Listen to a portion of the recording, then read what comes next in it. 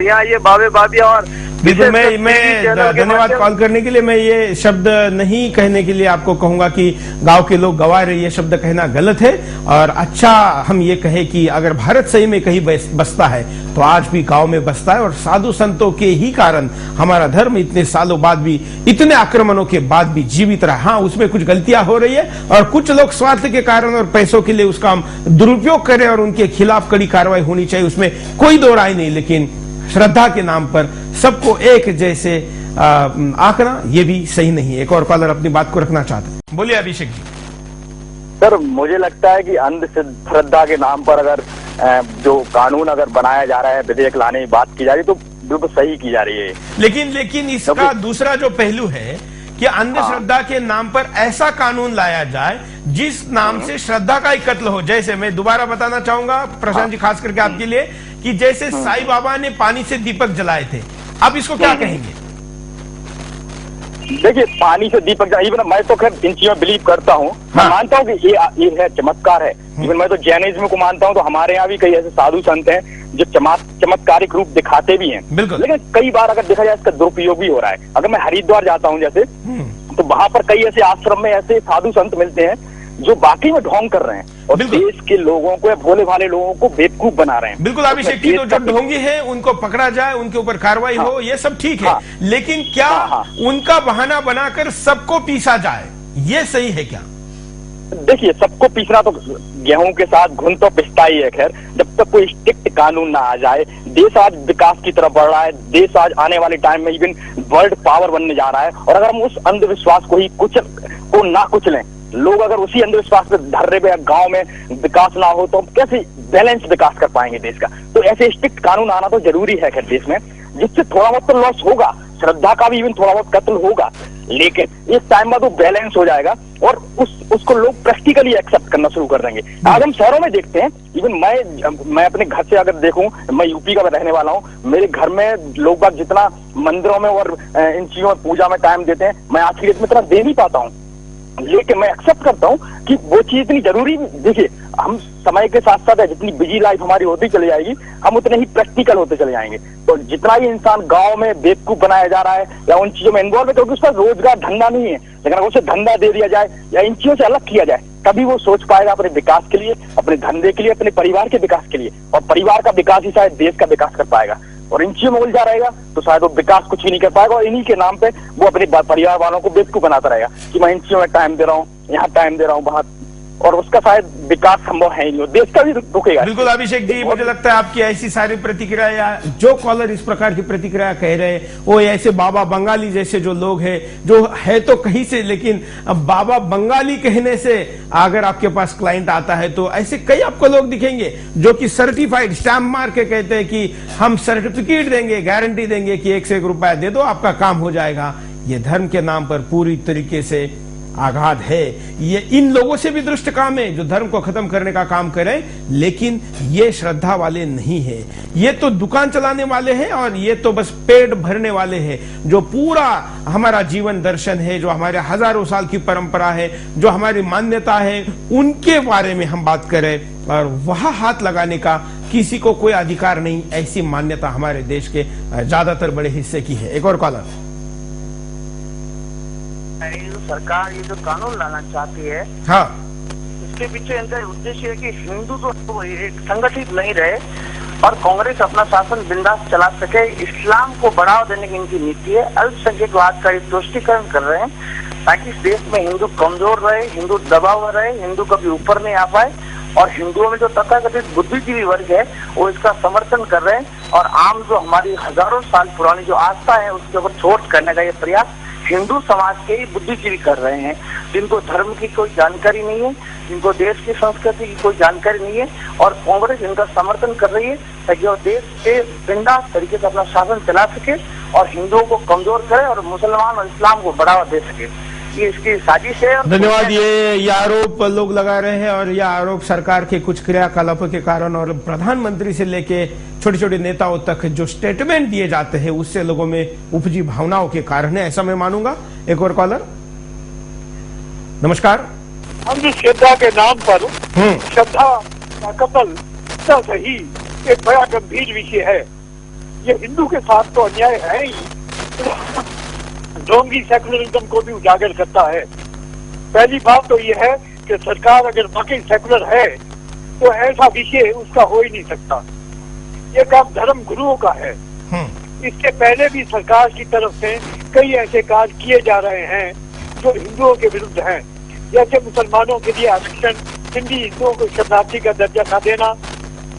आज के सब्जेक्ट पर भी और अन्य पहले वाले सब्जेक्ट पर भी कांग्रेस की राय लगभग यही रही कि सरकार हिंदू विरोधी कार्य मुसलमानों को खुश करने के लिए करती है। पर मेरी सोच इससे थोड़ी अलग है। मैं ऐसा मामलों में सरकार से ज्यादा हिंदू जनता को दोषी मानता हूँ। सरकार हिंदू विरोधी कार्य इसलिए करती है कि क्योंकि हिंदू विरोधी कार्य पर सोचती है कि वो ऐसा करने से मुसलमान व ईसाई खुश होंगे और उनके वोट उसे मिलेंगे।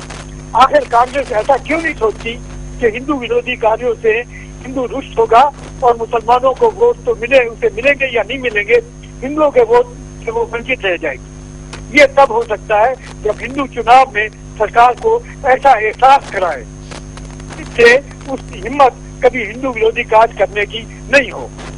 दूसरा, हमारे धर्म गुरु भी राजनीति को अछूत व वैश्या न समझें, बल्कि राजनीति का हिंदूकरण करें। यही सावरकरवाद है, यही सच्चा राष्ट्रवाद है। अगर हिंदू नहीं बचेगा तो उनको धर्म गुरु कौन कहेगा और उनके कौन पांव छुएगा और कौन महामंडलेश्वर कहेगा। बिल्कुल, धन्यवाद। सावरकरवादी है चांदना जी, और हर दृष्टिकोण पर सावरकर का दर्शन क्या कहता है, इस तरीके से प्रतिक्रिया देते हैं। अब तक के सारे कॉलर ने इस बात को कहा है, हालांकि कुछ कॉलर का यह भी जरूर करना है, जिससे मैं भी पूरा समर्थन करता हूं कि अंधश्रद्धा का भी बहुत बड़ा बाजार है, और जिस बाजार ने श्रद्धा के बाजार या श्रद्धा के मान्यताओं को धोने में या उसको नुकसान पहुंचाने में बहुत बड़ा काम किया, इसलिए उनके खिलाफ भी कार्रवाई होनी चाहिए। लेकिन इसमें समझने वाली बात है कि श्रद्धा कहाँ खत्म होती है और अंधश्रद्धा कहाँ शुरू होती है। इसलिए धार्मिक क्षेत्रों के लोग ज्यादा आगे आकर इसका प्रचार करें, इसके लिए प्रबोधन करें, इसके लिए लोगों का प्रशिक्षण करें। एक कॉलर अपनी बात को रखना चाहते हैं, देखते हैं। नमस्कार। नमस्कार, बोलिए। ये जो अंधश्रद्धा कानून बनाने जा रही महाराष्ट्र सरकार, ये अन्याय और अधर्म की पराकाष्ठा है, हिंदुत्व के दमन की चरम सीमा है, और इसको रोका जाना चाहिए हर हाल में। और ये कहीं न कहीं से ईसाइयत और मुस्लिम तुष्टीकरण, मुस्लिम धर्म को बढ़ावा देने की ही बात है। अगर इसको समय रहते नहीं रोका गया तो ये हिंदू संस्कृति ही नष्ट हो जाएगी। और जो इसके पक्ष में अपनी राय रख रहे हैं, ये सब घोर नास्तिक हैं और किसी तरह का कोई धर्म से कोई संबंध इनका नहीं है। धन्यवाद। हालांकि आज के कार्यक्रम में ज्यादातर लोगों को ये लगता है, या ये लोगों की प्रतिक्रिया है, जो स्वाभाविकता सरकार के फूट पाड़ो राज करो नीति का हिस्सा लोगों को लग रही है, इसलिए लोग इस्लाम और क्रिश्चियनिटी के खिलाफ भी अपनी प्रतिक्रिया को रख रहे। लेकिन हो सकता है कि इस कानून से उनको भी कैसे नुकसान हो। देखिए कैसे पाबंदी आएगी अन्य के ऊपर भी, ये भी इसमें कुछ प्रावधान है। मुसलमान हमारे जो भाई है वो अगर खतना करते हो, खतने के ऊपर भी इसके ऊपर पाबंदी आ सकती है।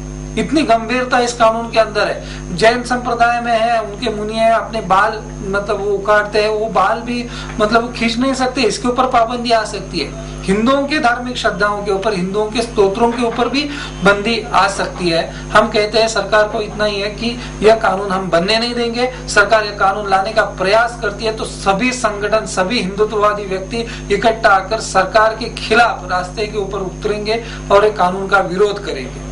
हालांकि महाराष्ट्र सरकार ने यह साफ नहीं किया है कि ये कानून मुस्लिमों के ऊपर लागू होगा या नहीं होगा। नमस्कार। नमस्कार जी, बोलिए। मैं संजय शर्मा बोल रहा हूँ बरेली से। हाँ सर जी, क्या ये नेता लोग जो होते हैं, क्या मुस्लिम को लोगों के लिए क्या अथॉरिटी दे रखी है इन लोगों ने, जो उन्हीं को वैल्यू देते हैं? सर आपको क्या लगता है? हमको ये लगता है सर, हिंदुओं को क्या एक दिन ये गायब कर देंगे बिल्कुल, जो कि हिंदू रहेगा ही नहीं क्या देश में। धन्यवाद आपकी प्रतिक्रिया देने के लिए। लोगों के मन में धार्मिक भावनाओं को लेकर ठेस पहुंचना स्वाभाविक है। कोई कहेगा कि ऐसा कहना ठीक है क्या, लेकिन ऐसी कहने की नौबत क्यों आ रही है, ये ठीक है क्या, ये मैं पहले कहूंगा। एक और कॉलर। नमस्कार। नमस्कार सर जी। हाँ बोलिए। अभी जो ये सवाल आया हुआ आपका, ये पहले भी एक दो बार इसी तरह का मिलता जुलता था। ये जो सरकार इस पे जो अधिग्रहण करना चाह रही है, कानून लाना चाह रही है, ये हमारे संत महात्मा। बिल्कुल, मैं आपने सही याद किया, वो विषय अलग था। हमने ये कहा था कि धार्मिक मठों मंदिरों के ऊपर सरकार जो कब्जा करना चाहती है उस पे बिंदास था। आज का विषय श्रद्धा और अंधश्रद्धा पे है। घुमा फिरा के वहीं आ रहा है ना मामला। तो सरकार इस पे कानून बनाना चाह रही, जहाँ कानून बनाने वहाँ तो बना नहीं रही।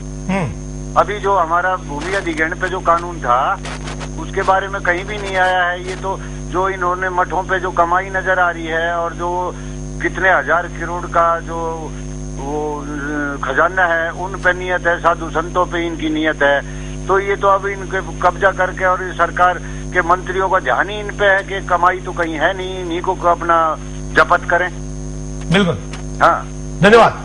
100 साल से पुराना जो भूमि अधिग्रहण कानून है उसके बारे में, या देश में ऐसे कई काले कानून है जो अंग्रेज छोड़ के गए, उनके ऊपर आज भी कुछ भी नहीं विचार हो रहा है। तो इसमें इतनी जल्दी क्यों, इसमें संदेह लोगों के मन में आता है। और कई प्रतिक्रिया हमारे साथ देने के लिए, लेकिन अभय वर्तक की एक और प्रतिक्रिया हम आपके सामने दिखाते हैं। देखिए, इस कानून की अगर हम कहेंगे तो सबसे बड़ी त्रुटि है कि इसमें एक भी शब्द की सरकार ने व्याख्या ही नहीं की है। हम कहते हैं कि सरकार अगर धार्मिक श्रद्धाओं के ऊपर कानून बना रही है तो इनमें व्याख्या तो करो, भूत है या नहीं है इसके बारे में सुस्पष्टता करो, भगवान है या नहीं है इसके बारे में सुस्पष्टता करो। सरकार यह कुछ भी नहीं कर रही है और कानून कर रही है, क्योंकि श्रद्धा और अंधश्रद्धा के बीच में मतलब उसके अंदर जो हम उसको पहचानना है तो हमारी भावना की बात है। तो आप कैसे पहचानेंगे कौन सी श्रद्धा है कौन सी अंधश्रद्धा है। हम चाहते हैं कि हर एक शब्द की व्याख्या होनी चाहिए। जब व्याख्या ही नहीं की गई है तो आप उसको कैसे कार्रवाई करेंगे, क्योंकि जब आपने स्पष्टता नहीं किया है कि किसका मतलब क्या है, किसका परिणाम कहां तक होगा, क्या सरकार खुद इस विषय में सोचती है, तो आप कानून लाने कैसे जा रहे हैं। इस पे महाराष्ट्र के उप मुख्यमंत्री अजित पवार का कहना है कि पहले कानून लाएंगे, फिर देखेंगे अगर कुछ नुकसान होता है तो उसमें बदलाव करेंगे। उप मुख्यमंत्री जो मुख्यमंत्री होना चाहता है वो अगर ऐसी प्रतिक्रिया किसी कानून बनाने के बारे में देता है तो कितना गंभीर है या उसकी सोच कितनी दूर तक जाती है, सवाल निशान खड़ा होता है। एक और कॉलर। नमस्कार। हाँ नमस्कार जी, बोलिए। आज ऐसा है कि मतलब इस देश का नाम ही हिंदुस्तान है, तो फिर हिंदुओं के प्रति इतना कट्टर मतलब धर्म लाएंगे तो हम कहाँ जाएंगे। हाँ, तो फिर ऐसा है कि फिर मतलब जो पार्टी से मैं से मतलब कांग्रेस या बीजेपी से कोई मतलब ऐसा कुछ नहीं है मतलब, लेकिन सरकार मतलब जो हिंदुओं के प्रति इतना कट्टर धर्म के देवी देवताओं का पूजा नहीं कर पाओगे, वहाँ ऐसा नहीं कर पाओगे, तो फिर हिंदू को रहने का अधिकार ही नहीं, तो कौन सा देश में जाएंगे हम हिंदू लोग। बिल्कुल, धन्यवाद घनश्याम जी। हम यहाँ पर आपको परिणाम दिखाते हैं कि क्या परिणाम हो सकते हैं ऐसा करने के। देखिए, हिंदुओं की मान्यताओं से खिलवाड़ होता रहेगा। अगर ऐसा ही होता रहा तो पूरे देश में हिंदुओं की मान्यताओं पर प्रतिबंध लग जाएगा, क्योंकि अभी तो ये महाराष्ट्र से ही शुरू हुआ है। आने वाले समय में ये पूरे देश में लागू हो जाएगा। देश में फिर से गुलामी जैसे हालात हो जाएंगे।